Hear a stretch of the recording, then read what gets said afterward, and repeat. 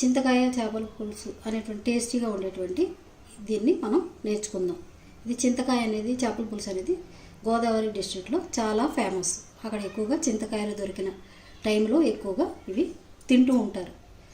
Weekly 4 times అయినా సరే ఈ చేపలు రకరకాల చేపల్లో ఇవి చింతకాయ చేపలు అనేది వాళ్ళకి చాలా ఫేమస్. తినడానికి కూడా చాలా ఇష్టపడుతూ ఉంటారు. హలో ఫ్రెండ్స్, దిస్ ఈజ్ టేస్టీగా ఉండేటువంటి చింతకాయ అండ్ చేపల పులుసు తయారీ విధానం మీకు ఇప్పుడు చెప్తాను, వినండి. ఫస్ట్ ఈ చేపల్ని కేజీ చేపలు తీసుకున్నాను. ఈ కేజీ చేపలను ఏం చేయాలంటే శుభ్రంగా 4-5 సార్లు వాష్ చేసుకోవాలి. తర్వాత ఇంకా నీసు వాసన అది వస్తుంది అని అనుకున్నప్పుడు కొంచెం మజ్జిగ వేసుకుని మళ్ళీ 2 సార్లు కడుక్కుంటే స్మెల్ అనేది మీకు రాకుండా ఉంటుంది. దీని ప్రాసెస్ అనేది తర్వాత చెప్తాను. ఫస్ట్ ఇందులో కావాల్సినటువంటి ఐటమ్స్: ధనియా పౌడర్ 1 టీ స్పూన్, కారం 3 స్పూన్స్ కారం, 3 స్పూన్స్ సాల్ట్ అండ్ 1/2 స్పూను గసగసాలు, 2-3 లవంగాలు, 1 టీ స్పూను జీలకర్ర, అంటే కొంచెం ఎక్స్ట్రా వేసుకున్నా పర్వాలేదు, టేస్టీగా ఉంటుంది. అలాగే అల్లం వెల్లుల్లి పేస్ట్ 2 స్పూన్లు, ఈ స్పూన్తో 3 స్పూన్లు ఆయిల్ వేసుకుంటే నాన్ వెజ్ కాబట్టి కొంచెం ఆయిల్ ఎక్స్ట్రా పడుతుంది.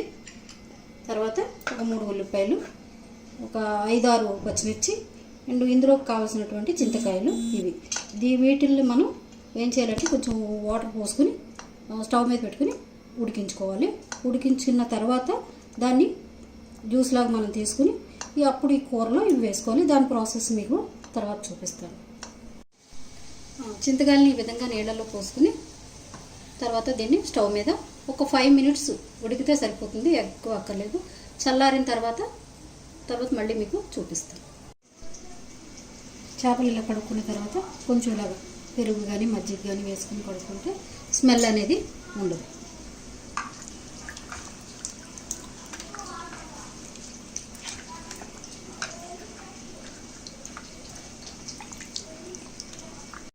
మనం ఫస్ట్ చెప్పుకున్నాం కదా, జీలకర్ర, లవంగాలు అండ్ గసగసాలు ఇలాగా పేస్ట్ చేసుకోవాలి.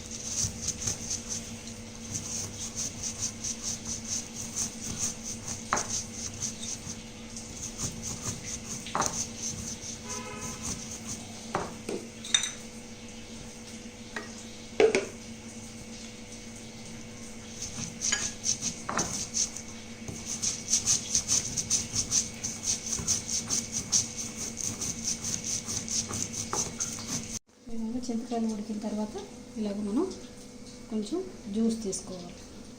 ఇలా చింతకాయలు చేపలు అనేది చాలా టేస్టీగా ఉండేటువంటి కర్రీ. ఈ మిగిలింది వేస్ట్ అంతా మనం పక్కకు తీసేసుకోవాలి.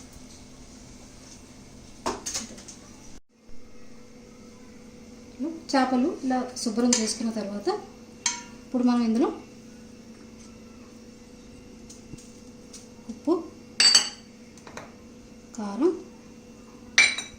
అండ్ అల్లం వెల్లుల్లి పేస్ట్, ధనియా పౌడర్ కొంచెం మనం తగ్గించి వేసుకుందాం. తర్వాత ఆయిల్,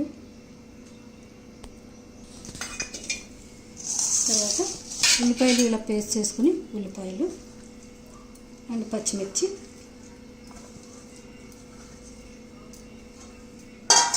ఇవన్నీ మనం కలుపుకోవాలి. ఎందుకంటే నేను ఎక్కువగా ఈ విధంగానే చేస్తాను.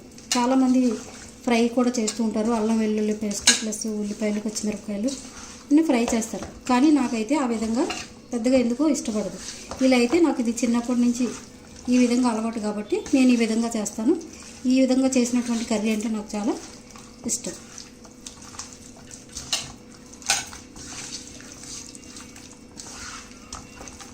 దీంట్లో మనకు టేస్ట్ సరిపడంత పులుపు వేసుకోవాలి. చింతకాయలు అనేవి మీరు ఎంత పులుపు తింటారో ఆ టేస్ట్ని బట్టి వేసుకోవాలి. అలాగే ఉన్న మసాలా ఉంది కదా, జీలకర్ర అండ్ లవంగాలు, గసగసాలు పేస్ట్ చేసి ఇలాగ పేస్ట్ చేసేటప్పుడు కొంచెం వాటర్ మిక్స్ చేసుకుంటూ ఉంటే ఇలా మెత్తగా పేస్ట్ లాగా వస్తుంది. దీన్ని మనం 3 minutes 4 minutes దించే ముందు వేసుకుంటే టేస్ట్గా ఉంటుంది. ఇప్పుడు ఇందులో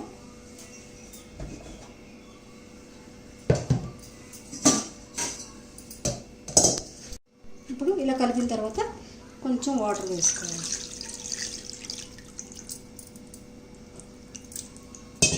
వాటర్ వేసుకుని ఇలా కలుపుకుంటే మంచిగా కలుస్తూ ఉంటుంది.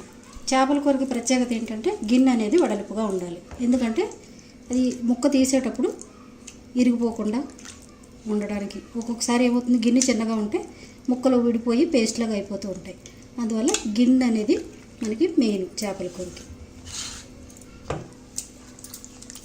ఇలా కలిపిన తర్వాత చాలా లేదు అనుకుంటే ఇంకా కొంచెం వాటర్ యాడ్ చేసుకుని దీన్ని ఈ విధంగా అంచులు కూడా నీట్గా చేసుకుని స్టవ్ మీద పెట్టుకుని కొంచెం 2 పొంగులు వస్తే సరిపోతుంది.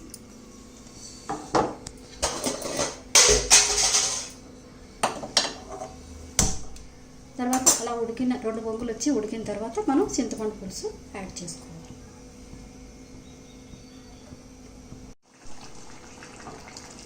మధ్యలో ఇలా కొంచెం కలుపుకుంటూ ఉండాలి. దాని తర్వాత ఇలా పెట్టుకొని ఒకసారి చూసుకుని అలాగా కొంచెం ఉడికింది కాబట్టి మనం ఇందాక తీసుకునేటువంటి చింతకాయ పులుసుని ఇందులో వేసేసుకుందాం. మీ టేస్ట్ తగ్గట్టు మీకు ఎంత పులుపు కావాలో దానికి తగ్గట్టు వేసుకోండి.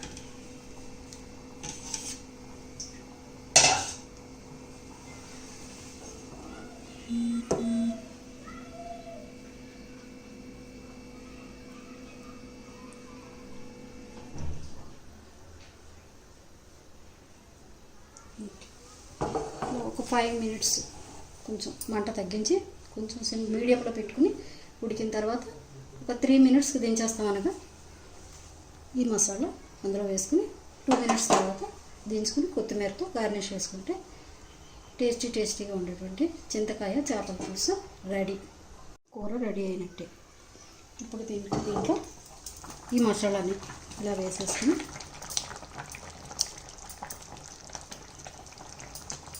ఒకసారి దీన్ని ఇలా రౌండప్ చేయాలి. ఎందుకంటే మనం గరిటె పెట్టడం వల్ల ఈ ముక్కలు అనేవి విడిపోతూ ఉంటాయి వేడి మీద. అదే కొద్దిగా చల్లారిన తర్వాత తీసినా పెద్దగా ప్రాబ్లం అనేది ఉండదు. ఇలా రౌండప్ చేసుకుని మళ్ళీ స్టవ్ మీద పెట్టుకుని ఒక 2 మినిట్స్ తర్వాత స్టవ్ని ఆఫ్ చేసేస్తే టేస్టీగా ఉండేటువంటి కర్రీ రెడీ అయింది. 2 మినిట్స్ ఉడికిన తర్వాత మనం తీసుకుని ఒకసారి చూసుకుని తర్వాత స్టవ్ ఆఫ్ చేసుకుంటే టేస్టీగా ఉండేటువంటి చేపల కూర. చేపలు అనేవి మనకి బాడీకి లేదా హార్ట్కి కూడా చాలా మంచిది. వీక్లీ 3 టైమ్స్ చేపలు అనేవి తింటే మంచిగా ఉంటుంది. ట్రై చేయండి. మీరు కూడా ట్రై చేసి ఎలా ఉందో మాకు కామెంట్ రూపంలో తెలియజేయండి. ఇందులో కొత్తిమీర వేసుకుని గార్నిష్ చేస్తే చూడడానికి మనకి కలర్ఫుల్గా కూడా కనిపిస్తూ ఉంటుంది.